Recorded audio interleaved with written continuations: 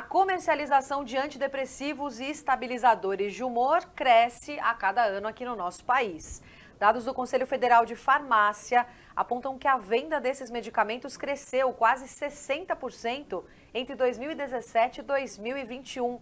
Bem-vinda, bem-vindo a mais um Humanamente. Estamos no ar neste fim de semana falando sobre como agem os remédios psiquiátricos no nosso organismo. Um programa para a gente entender melhor as diferenças de atuação de cada tipo de medicamento usado para a saúde mental, os avanços, os perigos, as dúvidas e cuidados com esse tipo de remédio. Doutor Daniel Barros, tudo bem? Estamos aqui para falar disso, né, Rô? Tudo bem? E eu acho interessantíssimo, porque independente do mecanismo de ação, independente do remédio que a gente for falar, o que eu sempre gosto de lembrar para os pacientes e para os ouvintes, o remédio existe para ajudar. Se está atrapalhando, a gente precisa repensar. O remédio é para sua vida ficar melhor, não é para sua vida ficar pior. Então, calma. As pessoas ficam com medo de, mas é remédio. Calma. Vamos fazer as coisas para sua vida ficar melhor. Se está ficando pior, a gente revê. Né? Acho que essa é a lógica principal. E tem tanto preconceito ainda, né, Muito doutor? preconceito, Muita né? gente sobre os efeitos, Pois sobre o que vicia ou não. Ninguém fala assim, eu não vou lá no oftalmologista porque vai que ele me dá um óculos. ninguém, mas eu não vou no psiquiatra porque vai que ele me dá um remédio. Calma, vai dar se precisar, e se precisar é para a vida melhorar, não é para a vida piorar. A gente recebe hoje nossa convidada, doutora Vanessa Fávaro, médica psiquiatra, diretora dos ambulatórios do Instituto de Psiquiatria do Hospital das Clínicas da USP. Oi, doutora, bem-vinda, tudo bem? Bom dia, obrigada pelo convite, é um prazer estar aqui. Ivan, e as pessoas têm mesmo esse preconceito? A gente ouve isso assim, na festa infantil, ali conversando com a família, eu vou lá, mas vai tomar os remédios, remédio forte. Eu acho que talvez essa seja uma boa introdução, né, para o nosso ouvinte. Existe remédio forte? O que é remédio forte que as pessoas falam? Não, porque esse remédio é mais forte. Aí às vezes falam, mas eu tomo um paracetamol, às vezes eu tomo 1000 miligramas de paracetamol e ninguém fala que é forte, né? E às vezes 0,25 de um remédio parece que é forte. Qual que é esse conceito? Quer dizer, primeiro, se existe ou não, né? Remédio mais forte, remédio menos forte. E da onde você acha que vem isso, né? Para as pessoas terem esse medo todo? Eu tenho a impressão que quando você está atuando exatamente numa parte tão importante da vida, que são os sentimentos, os pensamentos, as pessoas ficam muito preocupadas, como vai ser essa ação, né? Para que lado eu vou? Eu vou ser eu mesmo? Eu vou ser diferente? Eu vou ficar sem reagir às pessoas? Ou eu vou reagir demais? O que vai acontecer comigo? Eu acho que existe uma grande dúvida, porque as pessoas querem uma ajuda, mas ao mesmo tempo elas querem continuar sentindo as coisas do jeito que elas sentem. Eu acho que isso é importante a gente conversar. Eu tenho percebido que tem havido uma mudança, especialmente com a pandemia, a gente está falando tanto de saúde mental, né? Então tem havido uma mudança para que as pessoas tenham mais abertura de que a medicação vai deixá-las elas mesmas, né? Ainda são, o centro delas continua igual. O que acontece é que algumas emoções que são muito intensas, às vezes muito desesperadoras, né? Isso você consegue modular. Então, eu acredito que as pessoas sentem que é forte por conta disso. Porém, eu acho que elas conseguem cada vez mais entender que existem situações na vida, existem momentos onde a modulação desses sentimentos muito intensos, às vezes é necessária, né? Eu acho muito interessante isso, Vanessa, do jeito que você está colocando, porque muitas vezes eu já ouvi de pacientes, não, mas esse remédio, ele vai me mudar, ele não vai deixar eu ser eu mesmo, né? Sobretudo em pacientes que têm muitos anos de depressão, por exemplo, ou de ansiedade, aí a pessoa pergunta assim, mas esse remédio não vai mudar quem eu sou? Esse remédio não vai me transformar numa outra pessoa? E eu lembro que uma vez eu tive um insight e eu falei ali para o paciente e se tornou ali agora uma rotina que eu explico para os pacientes. Porque, na verdade, quem está mudando quem você é a doença. Você não é essa pessoa triste, você não é essa pessoa desanimada, você não é essa pessoa que tem medo de sair do quarto. Quem está mudando você é a doença. O remédio é o contrário, o remédio serve para restaurar o você normal, né? O você saudável. Normal, uma palavra que a gente pode até questionar, mas o você saudável. É como um diabético dizer assim, pô, mas essa insulina aí, ela vai mascarar, essa não é minha glicemia verdadeira. Essa não é minha verdadeira taxa de açúcar no sangue. Bom, graças a Deus que a insulina resolve isso, né? Porque tá errada a sua taxa de açúcar no sangue. Então, o remédio, ele tem que ser usado com esse objetivo, né, Vanessa? Para a pessoa voltar a ser quem ela é, né? Ou quem ela pode ser, a melhor versão dela, né? Sim, acho que você está falando uma coisa importante, né? A gente não conhece exatamente toda o que a gente em medicina chama fisiopatologia da doença, mas a gente sabe que os sintomas, eles sim modificam o jeito que a pessoa está. Eu acho que também, muitas vezes, a pessoa fica com medo de se tornar dependente. Ela fala, puxa, olha, vai alterar a pessoa que eu sou, o meu cerne, né, o meu centro, e ao mesmo tempo eu vou ficar dependente dessa medicação. O que eu acho que você falou muito bem, né? Não é verdade.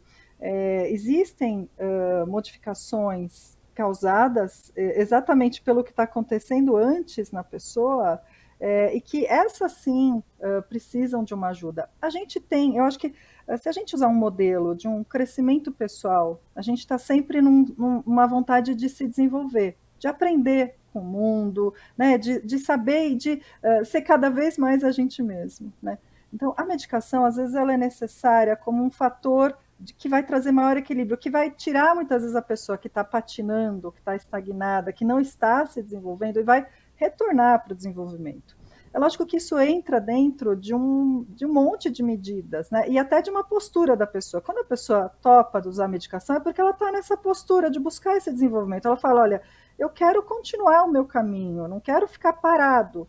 E muitas vezes é o que acontece, né? Então, o remédio, ele entra dentro de uma busca de uma vida mais saudável, com atividade física, boa alimentação, entendimento, né, do que está acontecendo com ele. Então, quando o remédio é usado nessa situação, é uma coisa muito benigna. A gente vê que as pessoas continuam a se desenvolver, né? Muitas vezes o paciente passa a até aproveitar melhor a terapia, por exemplo, porque daí ele consegue sair de um determinado estado mental que não está proporcionando esse crescimento, né?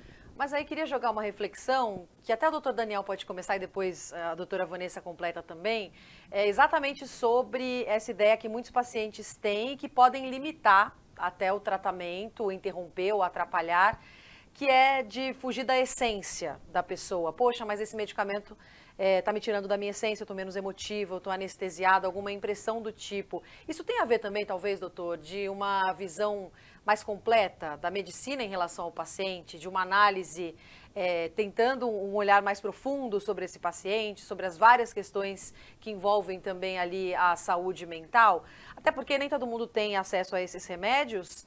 E muita gente, como a doutora Vanessa falou, tem medo de ficar refém, viciado. Sim. E algumas substâncias ainda existentes podem, de fato, deixar o paciente viciado? Acho que tem um aspecto que a gente precisa lembrar aqui, Roberta, bem importante. O remédio, ou o tratamento em geral, a gente está falando aqui de remédio, mas várias intervenções, né, podem ser usadas no tratamento, eles visam deixar a pessoa mais parecida com ela mesma. Né? Então, é muito fácil você passar no médico em 30 segundos, você pega uma receita.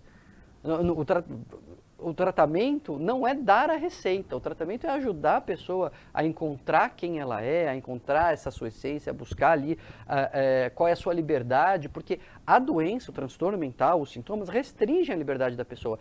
E aí ela está, por exemplo, vamos pegar um paciente, vamos pegar o contrário da depressão. Vamos pegar um paciente bipolar que está lá em mania ou hipomania, está naquela fase agitada, né? Cheio de energia e tal. Você quer abaixar a energia dele? Você quer que ele fique ali contido? Não, eu quero que ele se alegre ou exagere se ele quiser, e não porque ele não consegue fazer de outra maneira. Né? Então, eu acho que é isso, né? A Vanessa ela é diretora do ambulatório como um todo, e no ambulatório que você dá o tratamento, é mais do que só passar uma receita, né, Vanessa? Sim, sim. É por isso que a pessoa continua voltando, né? É por isso que a gente tem uma continuidade do acompanhamento. Não ia adiantar nada a pessoa receber essa receita e ir embora. A gente vai avaliando o que está acontecendo com a pessoa. Como você mesmo falou, né? Se o remédio está ajudando, ou se tem muito efeito colateral, qual é a dose, onde está inserido, em que contexto de vida a pessoa está precisando da medicação, né? Existem, e até quando o paciente chega falando, olha, eu não quero ficar apático, eu não quero uma contenção exagerada da medicação. Eu faço um compromisso com o paciente, eu falo, olha, isso não vai acontecer com vocês, não é o meu objetivo também, né? Acho que nenhum médico quer que isso aconteça com o paciente. Se acontecer alguma coisa desse tipo, a gente vai alterar o tratamento, é por isso que você vai me contando, a gente vai conversando a esse respeito, né? Ninguém quer, quem que vai desejar uma coisa desse tipo, né? Na verdade, tanto o médico quanto o paciente, eles não querem que ninguém fique anestesiado. Então, é um objetivo em comum. A gente está trabalhando em conjunto para que isso não aconteça. E caso aconteça, vamos supor que tem uma dose maior de remédio, ou aquele remédio em especial está causando alguma coisa nesse sentido, a gente vai modificar, né? Então, é um compromisso sempre que a gente faz com o paciente para que isso não aconteça. Tá? E tem uma pergunta, Roberto, que o ouvinte está até agora esperando para falar, mas eles não vão falar de ficar viciado? Porque é a primeira coisa que as pessoas pensam, eu acho que são 3. A gente vai fazer uma por vez, mas já vou adiantar quais são as 3, não sei nem se vão caber as 3 nesse bloco. Que os grandes medos do paciente é ficar viciado, engordar e ficar dopado. Acho que essas são as 3 grandes dúvidas. Aí o de ficar dopado, a gente pode falar de ficar anestesiado, acho que a gente abordou bem no primeiro bloco, né? Mas em termos de ficar viciado ou de ficar dependente, Vanessa, eu, por exemplo, dependo do meu óculos, mas eu não sou viciado no meu óculos. Esse raciocínio se aplica para os medicamentos? Vai ter gente que vai ficar, de fato, dependente do remédio? Isso significa que ele está viciado? Explica para o ouvinte quais são essas diferenças. A gente considera que dependência da medicação, ela ocorre quando existe um mecanismo biológico e psicológico no qual a pessoa precisa ir aumentando muitas vezes a dose daquele remédio para ter o mesmo efeito, e ela tem uma abstinência quando está sem aquela substância química, tá? Na verdade, alguns medicamentos em psiquiatria podem causar dependência. São medicamentos que a gente toma mais cuidado, eles têm maior regulação, tá? A maior parte não. Então, o que acontece que quando as pessoas pensam a respeito de dependência, elas não pensam do jeito que o médico está pensando, elas estão pensando de outro jeito. Elas estão pensando se elas vão precisar usar por mais tempo do que elas gostariam, né? Aquele remédio. Acho que o exemplo que você deu, né, a respeito de oftalmologia, de usar óculos, a gente também pode pensar a respeito de pressão alta. Quando a pessoa tem alguns tipos de transtorno que precisam de um uso mais continuado da medicação, as pessoas não se adaptam muito a essa ideia. Elas gostariam de resolver tudo por elas mesmas, né? Talvez serem completamente independentes, ter uma sensação de que a saúde delas é completamente perfeita. E isso se aplica tanto para transtornos mentais quanto para outros transtornos em medicina, né? O uso crônico de medicação, que não acontece em todas as situações, acontece em algumas, mas é o principal medo da pessoa, né? É uma sensação de que ela precisa de uma ajuda externa e ela não quer, ela quer uma independência absoluta. Ela, no fundo, a medicação simboliza que ela tem algum transtorno, e no fundo o que ela não quer é ter nenhum transtorno, né? A maior parte dos pacientes, a gente sim tenta retirar a medicação depois de um período de manutenção. A gente tem o período de introdução da medicação, manutenção e retirada. Essa manutenção, o que eu percebo é que os pacientes não gostam que ela aconteça. Eles queriam, bom, eu estou bem, né? E o que acontece geralmente depois de algumas semanas, pronto, já posso tirar, já resolveu. Então, a gente tem que explicar bastante que não funciona assim. Talvez até funcione um pouco mais como o aparelho, quando a gente usa aparelho ortodôntico, né? Existe uma certa memória do dente, existe uma memória cerebral. A gente precisa dar manutenção. Não dá para a gente tirar no dia seguinte que a pessoa está bem. E, em alguns casos, a pessoa vai ter que usar por mais tempo, até pela vida inteira. É isso, geralmente, que o paciente não quer. Para ele, isso é a mesma coisa que dependência, né? O que para o médico não é. Exatamente, é a diferença do vício, né? A pessoa que fica viciada, então ela vai aumentando a dose, ela vai querendo mais, ela vai atrapalhando a vida dela por conta do uso daquela substância, o que não acontece com o remédio. Mas o que você falou é muito verdade, pelo menos na minha experiência, Vanessa, os pacientes, às vezes você pergunta, você está bem? Aí o paciente fala, depois de algumas consultas e tudo, fala assim, nossa, eu estou ótimo, doutor, mas... Quer dizer, eu estou bem, mas eu ainda preciso do remédio. Não, calma, uma coisa é uma coisa, outra coisa é outra coisa. Eu quero saber se os sintomas estão controlados, se você está se sentindo disposto, animado, enfim, se você está se sentindo livre, se sentindo você mesmo. O uso de remédio, a gente já chega lá. Primeiro a gente não sabe como é que você está. E aí a pessoa acha que ela só vai estar bem mesmo quando parar o remédio. E ok, a gente vai tentar parar o remédio, mas nem sempre a gente vai conseguir. O exemplo da pressão alta que você deu é muito bom. Assim, enquanto você... Eu tive esses dias, ano passado, uma suspeita de que eu estava com pressão alta. Fui doar sangue, aí fez aquela triagem, estava pressão alta, aí eu já fui no cardiologista, ele falou, calma, vamos ver. Já estava fazendo atividade física, diminui o sal, vamos observar. E aí, com as medidas comportamentais, minha pressão não está alta, ou se estava, baixou e não precisei de remédio. A gente tenta fazer isso também na psiquiatria, né? Você não sai dando remédio para todo mundo, porque tem medidas comportamentais que você pode fazer e, eventualmente, assim como na pressão alta, você pode começar com o remédio e depois tirar. E aí as outras medidas não podem parar, né, Vanessa? As medidas comportamentais, elas são essenciais para o tratamento, tanto quanto o remédio, né?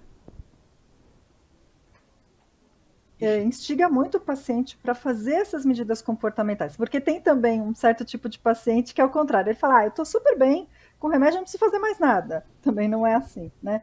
Também é importante que ele consiga ter um entendimento maior, uma autorreflexão, medidas que tragam uma vida mais saudável, de mais qualidade, para que a gente consiga, pelo menos, tentar fazer a retirada da medicação, né? Então, quando a gente vai fazendo essa manutenção, é importante, a consulta, ela traz isso também, né? A gente também fala, conversa com o paciente, olha, vamos lá, vamos fazer tudo o que está em volta para que a gente possa, mais para frente, quando acabar esse período de manutenção, fazer uma retirada mais segura, com maior chance de sucesso. Então, isso também é importante, né? Acho que tem alguns pacientes que falam, não, né? Que é o contrário. Estou super bem com o remédio, não quero mais saber de nada. E não é assim também, né? Sim.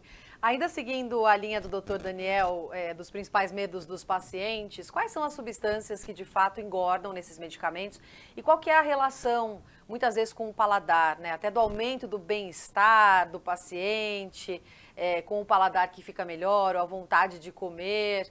Por que mesmo com tantos avanços, alguns pacientes ainda relatam esse ganho de peso e têm medo, inclusive, de usar a medicação? Lembrando o seguinte, acho que o mais importante, a medicação psiquiátrica ela não engorda, tá? Existem também formas de contornar. O que ela muitas vezes faz, né? Algumas medicações fazem isso, elas aumentam o apetite, tá certo? Então, o aumento do apetite, a gente pode contornar, fazendo com que a pessoa coma coisas menos calóricas, já avisando para ela, já falando para fazer atividade física que vai cursar com perda de calorias, com esse gasto de calorias. Então, a medicação psiquiátrica ela não engorda. Algumas medicações aumentam o apetite, tá? Esse aumento do apetite é o lugar onde a gente vai tentar intervir. A gente vai selecionar, às vezes a gente quer que o apetite da pessoa aumente, né? Tem pessoas que estão sem comer, estão sem paladar, então a gente já direciona, a gente já escolhe uma medicação que sim, vai aumentar o apetite. E às vezes a pessoa que tem associado, né, vamos supor, depressão, tem também uma compulsão alimentar, a gente também direciona medicações que possam diminuir o apetite. Mas essas outras medidas que a gente vai adotar associadas à medicação vão garantir que a pessoa não ganhe esse peso que é indesejável em muitos casos, né? A gente também monitora, então quando o paciente vem, a gente pesa o paciente. Tem pessoas que ficam muito ligadas com isso, então a gente fala, não, vem pesar na consulta, né, para que você fique mais tranquilo, a gente vai monitorando, porque cada balança tem um peso diferente, mas nos casos que a gente não quer que a pessoa engorde, a gente vai selecionar medicações direcionadas para isso, tá? E só lembrando, né, Roberta, a gente não condena a pessoa a um remédio. É uma prescrição, não é uma sentença judicial que a pessoa é obrigada a tomar. Sentiu que não está fazendo bem, está engordando, abriu demais o apetite, não era para ter aberto, a gente troca o remédio. Daí a importância das consultas regulares e desse vínculo, né, com o serviço de saúde. Doutora, queria que você falasse um pouquinho sobre o que há de mais recente em termos de substâncias e medicamentos psiquiátricos com menos efeitos colaterais. A medicina, nesse sentido, caminha para onde na busca desse equilíbrio entre sintomas, efeitos colaterais, medicamentos, dependência? Dá para a gente falar nessa tendência? A gente tem um conhecimento exponencial sendo criado em neurociências, né? Na verdade, a medicação é uma das ferramentas biológicas que a gente possui. A gente também possui, por exemplo, ferramentas elétricas, magnéticas, né, que são a eletroconvulsoterapia, a eletromagnetoterapia, que também estão sendo estudadas e ampliadas no seu uso, né, cada vez maior, a gente sabe. O que a gente tem visto é que alguns pacientes são refratários. Essa é a grande questão, na verdade, é quando o paciente não responde às medicações habituais. É uma menor parte, mas é uma situação que está sendo feito muito investimento em todos os transtornos para que a gente possa descobrir novas substâncias. Quanto mais a gente conhece a respeito do funcionamento do cérebro normal e da situação patológica, mais a gente consegue descobrir medicações que atuem nessas vias alteradas. Então, como esse conhecimento a respeito de como funciona o cérebro, e até uma coisa muito interessante, né? Eles usam modelos computacionais, modelos matemáticos para esse entendimento, porque todos esses cabos, né, todos esses neurônios, eles muitas vezes têm um funcionamento matemático, muito interessante. Quanto mais a gente avança nesse conhecimento, mais a gente vai descobrindo medicações que possam atuar nessas vias, tá? Agora, Vanessa, para o ouvinte que ainda tem dúvida, né? Eu acho que valia a pena explicar um pouquinho quais são as principais classes de medicamento, né? Porque eu ouvi falar de calmante, de tarja preta, de antidepressivo, aí acha que o estabilizador do humor é um antidepressivo, o antidepressivo é um tarja preta. Dá para fazer um resumão, assim, das principais classes e o que a gente espera com esses remédios quando a gente prescreve para os pacientes? Antes de fazer só essa classificação, eu ia falar o seguinte: as medicações, muitas vezes, elas não são específicas para um transtorno. Apesar de elas estarem numa classe de medicamentos, a gente pode usar para outras, e às vezes até em doses diferentes servem para motivos diferentes, tá? Elas não são específicas. E uma outra coisa interessante é que o nome das classificações de medicamentos tem um motivo histórico, mas ao longo do tempo a gente foi descobrindo esses novos usos. Então, por exemplo, a classe dos antidepressivos não serve só para depressão. Pacientes ansiosos também melhoram com esse tipo de medicação, tá? O que a gente conhece mais, né, que as pessoas usam para transtornos mais leves são antidepressivos e os benzodiazepínicos, tá? São as medicações que são mais prescritas. Os benzodiazepínicos, sim, são tarja preta, porque eles têm que ter maior regulação. Eles podem aumentar a tolerância com o uso prolongado. Uso prolongado a gente fala ao longo de anos, tá? Fora os antidepressivos e os benzodiazepínicos, que são os que as pessoas mais conhecem, nós temos também antipsicóticos, que são usados, às vezes, até para depressão. Não quer dizer que sejam só para situações de pacientes, por exemplo, com o diagnóstico de esquizofrenia ou outros tipos de psicose. Os estimulantes a gente usa principalmente nos casos de transtorno de déficit de atenção e hiperatividade, e eles sim também são tarja preta, eles têm bastante regulação em torno deles, para que eles sejam prescritos com bastante cuidado. Temos também os estabilizadores de humor e os hipnóticos, como, por exemplo, pregabalina, também zolpidem, outras medicações que podem ajudar nessas situações de insônia, tá? Sim. E aí cada uma vai ser prescrita, obviamente, de acordo com a necessidade do paciente, como você falou, né, Vanessa? Não é porque é antidepressivo que a pessoa está tomando tem depressão. Não é porque é antipsicótico que ela tem psicose. Às vezes a pessoa lê a bula, Roberta, aí é um assusto, assim, é um susto. Mas o doutor me passou um remédio que é para esquizofrenia e ele não me falou. Mais um motivo, né, Vanessa? A gente gastar ali, às vezes, 30 segundos da consulta, 1 minuto a mais da consulta para explicar. Você vai ver na bula, não precisa se assustar. Não precisa se assustar, exatamente, né? E tem uma coisa curiosa, né? Que assim, a gente também, dependendo da dose da medicação, ela tem efeitos diferentes no corpo.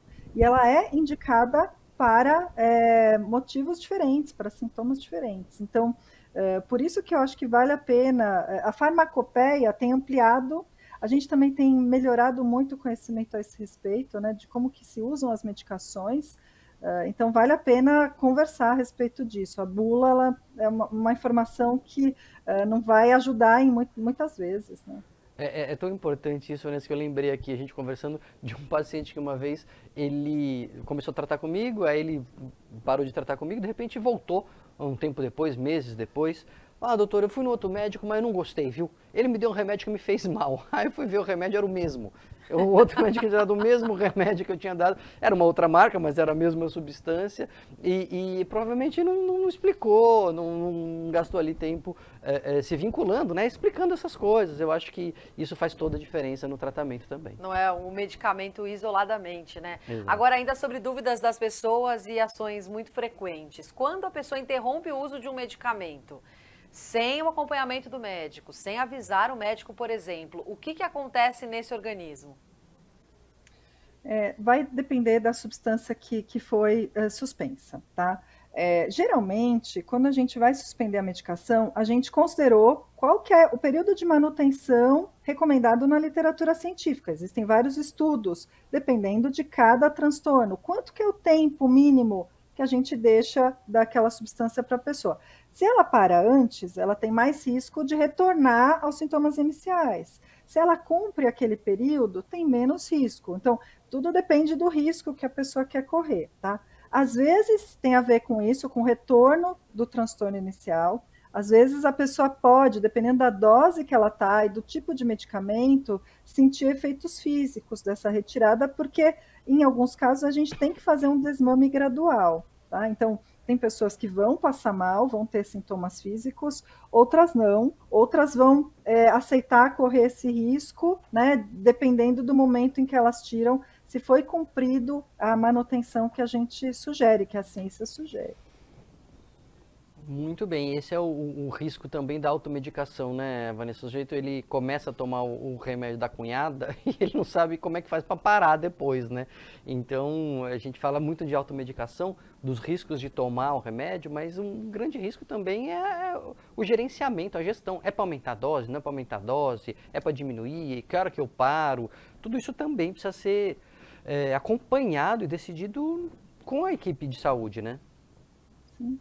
Muitas vezes eu tenho uma paciente que ela fala assim, eu vou dar também para o meu pai, eu me senti tão bem, me dá um pouquinho a mais de receita aqui para ele. Pô, mas ele tem uma outra idade, né? Você tem uma idade, talvez você possa tomar esse remédio na idade dele, a gente tem que ver que outros remédios ele está usando, se vai ter interação com essas medicações. Pessoas mais idosas geralmente tomam vários remédios, se aquele remédio pode dar chance maior de queda ou não, né? Tudo isso a gente tem que avaliar, não dá para prescrever assim, né? Com certeza. Doutora Vanessa, muito obrigada pela participação com a gente no Humanamente de hoje. Bom trabalho para você, até uma próxima. Valeu, Vanessa, um beijo. Pegou o áudio dela do agradecimento? Agradece de novo, por favor, Vanessa. Vou falar de novo, tá? Doutora Vanessa, muito obrigada pela participação no programa. Um bom trabalho, até uma próxima. Obrigada pela conversa, gostei muito. Um abraço, tchau. Beijo, Vanessa, tchau, tchau. Valeu! E termina por aqui mais um programa Humanamente, hoje falando sobre como agem os medicamentos para a saúde mental no nosso organismo. Você pode acompanhar o programa em todas as nossas plataformas digitais. Quer ouvir podcast, escutando, fazendo um exercício? Tem lá.